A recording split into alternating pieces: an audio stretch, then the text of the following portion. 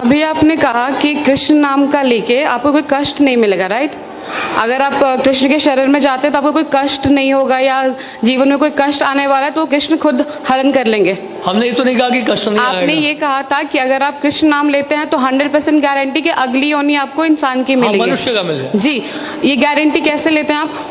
स्वल्पम क्या है? स्वल्पम ही अपि यस्य धर्मस्य त्रायते महतो विहार।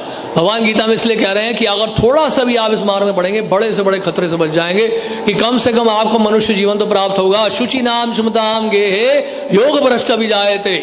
तो भगवान गीता में ये कहते हैं अगर आप भक्ति पूरी भी नहीं कर पाते, थोड़ा सा भी कर लेते हैं भक्ति, तो क्या होगा? आपको ब्राह्मण परिवार में जन्म मिल जाएगा, धनी परिवार में जन्म मिल जाएगा, अच्छे घराने में जन्म मिलेगा और दोबारा भक्ति करने का अवसर प्राप्त होगा। और अगर मैं भक्ति ना करूँ तो? हाँ जी, अगर मैं भक्ति ना करूँ तो मुझे भक्ति ना करो तो कर्म के अनुसार चलना पड़ेगा। फिर कर्मणा देव नेत्रेण जंतुर्देहो भवते। मेरे एक जानने वाले हैं, पिछले 10 साल से वो डिवोटी हैं यहीं के, ठीक है? अभी 6 महीने पहले उनकी फादर की डेथ हुई थी। ओके, तो ये कृष्ण भगवान ने ये जो कष्ट उनको दिया, क्यों दिया? वो तो 10 साल से इनके डिवोटी थे। हमने तो बोला ही नहीं कि आप कृष्ण भक्त बनते तो कष्ट नहीं आएगा, हमने नहीं कहा ये। कल के मैं क्लास में गई थी, नहीं, हमने नहीं कहा ये कि कृष्ण भक्ति अगर करेगा कोई कष्ट नहीं आएगा। उसको कष्ट आएगा, कष्ट करने की जो सहन करने की दृष्टि बदल जाएगी। जैसे कि एक व्यक्ति जो है सड़क पे जा रहा है और साथ रास्ते में बैरियर्स हैं, स्पीड ब्रेकर्स हैं, तो एक व्यक्ति ठेले में जा रहा है, दूसरा व्यक्ति मर्सिडीज में जा रहा है। तो मर्सिडीज में जा रहा है, वो भी उसी सड़क से जा रहा है, झटके उसको कम लगते हैं। कहने का मतलब यह है कि कष्ट जो है भक्तों के जीवन में भी आता है, सहन करने की शक्ति भगवान देते हैं। यानी कि जहां पे पांव कटना होता है वहां पे सुबह चुभती है केवल आपको। तो कष्ट तो आएगा ही आएगा। ऐसा कभी ना सोचें कि हम कृष्ण भक्ति में लग गए तो हमारे जीवन में कोई कष्ट नहीं आएगा। इनफैक्ट भक्त तो प्रार्थना करते हैं भगवान से कि हमें और कष्ट दीजिए। विपदा संता ता शाश्वत तत्र तत्र जगत गुरु भगवत दर्शनम स्याद पुनर्भव दर्शनम। आप कुंती महारानी कह रही हैं आप हमें और कष्ट दीजिए, और कष्ट दीजिए, और कष्ट दीजिए, क्योंकि आप अगर कष्ट देंगे तो आप ही का स्मरण करेंगे। अब आपका स्मरण करने का मतलब ये है दोबारा जन्म मृत्यु जरा व्याधि के संसार में दोबारा नहीं आना पड़ेगा।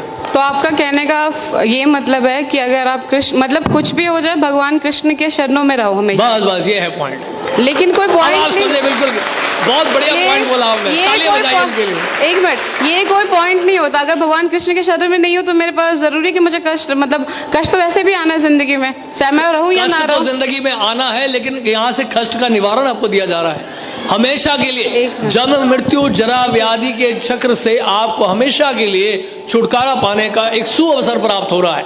भगवान की सेवा में लगे, एक जीवन आप कृष्ण की सेवा में दे दो, कृष्ण आपको वापस लेके चले जाएंगे। तो आपका कहने का मतलब है कि मैं कृष्ण के शरण में जाती तो अगले जन्म में मुझे इंसान क्या ही वो मिलेगा, इंसान का मिलेगा। और अगर अच्छी तरह से भक्ति करेंगे तो भगवान के धाम में भी जाएंगे। ये तो मरने के बाद किसने देखा है कि कौन कहाँ जा रहा है? हाँ जी, मरने के बाद कौन जानता है कि कौन कहाँ जा रहा है? हाँ, इस बात की गारंटी कौन लेता है? सामान्य लोग नहीं जानते हैं, लेकिन भक्त जानते हैं। यम यम वापि स्मरण भावम त्यजते अंते कलेवरम तम तम एवैते कौन्तेय सदा तद भाव भाविता। अंत काल में जिसका भी आप स्मरण करेंगे उस तरह का शरीर आपको मिलेगा। भगवान गीता में कह रहे हैं। तो आपके भक्त जानते हैं कि मरने के बाद कौन कहाँ जा रहा है, राइट? हाँ, 100%। तो मैं उन भक्त से मिलना चाहती हूँ एक बार। जरूर मिलेगा, क्योंकि मुझे भी जानना है कि कैसे उनको पता चल रहा है कि मरने के बाद जा रहे हैं। उसके लिए आपको प्रोसेस अप्लाई करना पड़ेगा। जिस तरह से कोई आईआईटी के बारे में जानना चाहता है तो हम उसको क्या बोलेंगे, आईआईटी में पहले एडमिशन तो ले लो, आईआईटी में जो सिलेबस उसको तो फॉलो कर लो, वहाँ के प्रोसेस को तो फॉलो कर लो, वहाँ के रूल्स एंड रेगुलेशंस को फॉलो कर लो। इट्स अ काइंड ऑफ फोर्समेंट कि आप किसी को फोर्स कर रहे हैं कि जबरदस्ती आप जाइए। हम किसी को फोर्स नहीं कर रहे हैं, आपकी इच्छा पाइए, नहीं इच्छा मत आइए।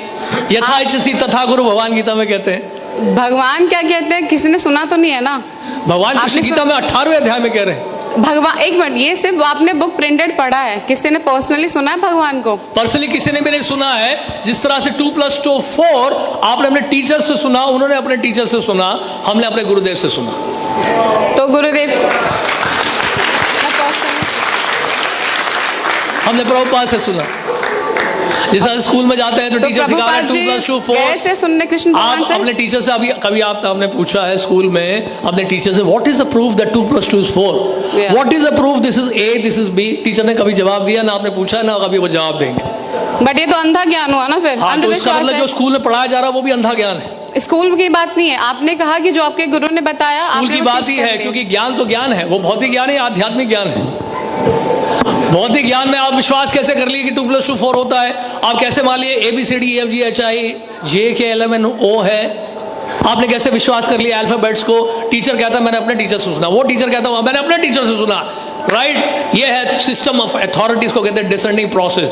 इसी तरह से गुरु परंपरा के माध्यम से, एक प्रामाणिक गुरु परंपरा के माध्यम से हम जान पाते हैं भगवान कृष्ण की शिक्षाओं को।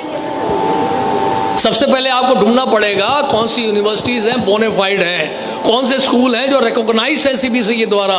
उसी तरह से वैष्णव सिद्धांत को समझने के लिए, इस आध्यात्मिक ज्ञान को प्राप्त करने के लिए हमें सबसे पहले ढूंढना पड़ेगा कि प्रामाणिक स्रोत कहाँ कौन सा है जिससे हम भगवान कृष्ण के बारे में जान सकें। इसके लिए हमें शास्त्र पढ़ने पड़े, तो उन शास्त्रों में इस प्रकार से वर्णित है। और बताइए। बस ठीक है।